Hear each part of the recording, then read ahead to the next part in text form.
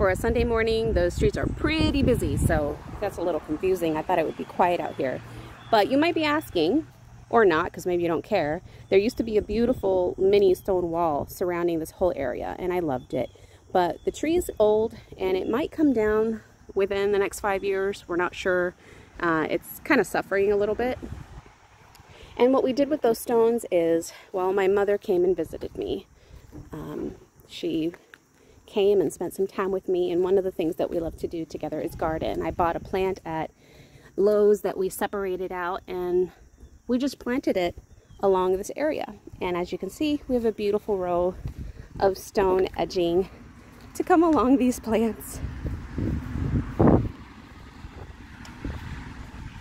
So now this area has a really cute stone edge. I wish it could have been taller, like a little stone wall, but I'm just using what I have. I'm trying not to spend much money.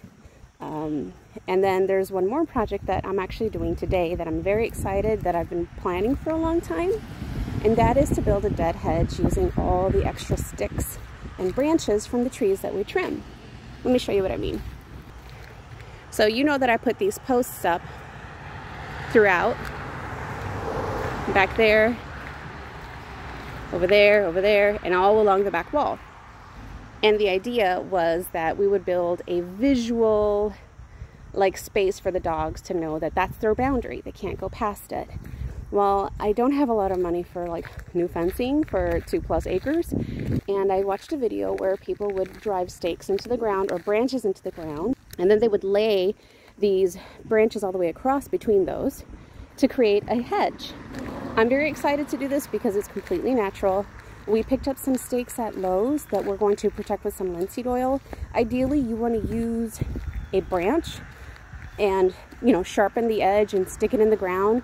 But to be honest, I'm tired. I'm not a young spring chicken anymore. And it just felt like it made more sense to buy something that was already sharpened and wood and natural that could blend in with the branches. So here we are. These are the stakes that we're going to drive in. These are fencing stakes, and we got them 5 feet because according to our rules and regulations for this area, front yard fencing can't be more than 4 feet tall, which I think is crazy, especially if you have pets, but that's part of why we bought and drove in the 7-foot stakes in front of the porch there, so that the dogs could actually come out, use the bathroom, and just kind of hang out and watch us work. And if you notice, all my plants are mostly on the outside because I didn't want Cruiser peeing on him, but that's why you have this really tall fencing here, and it's not technically a border fence, so I think I did good in respecting the rules. But I'm excited because, as you can see, I've already started planning out like the line of where this fence would go. I do have to get another one over there to make it there and then meet across. For the front yard, I'm not sure yet.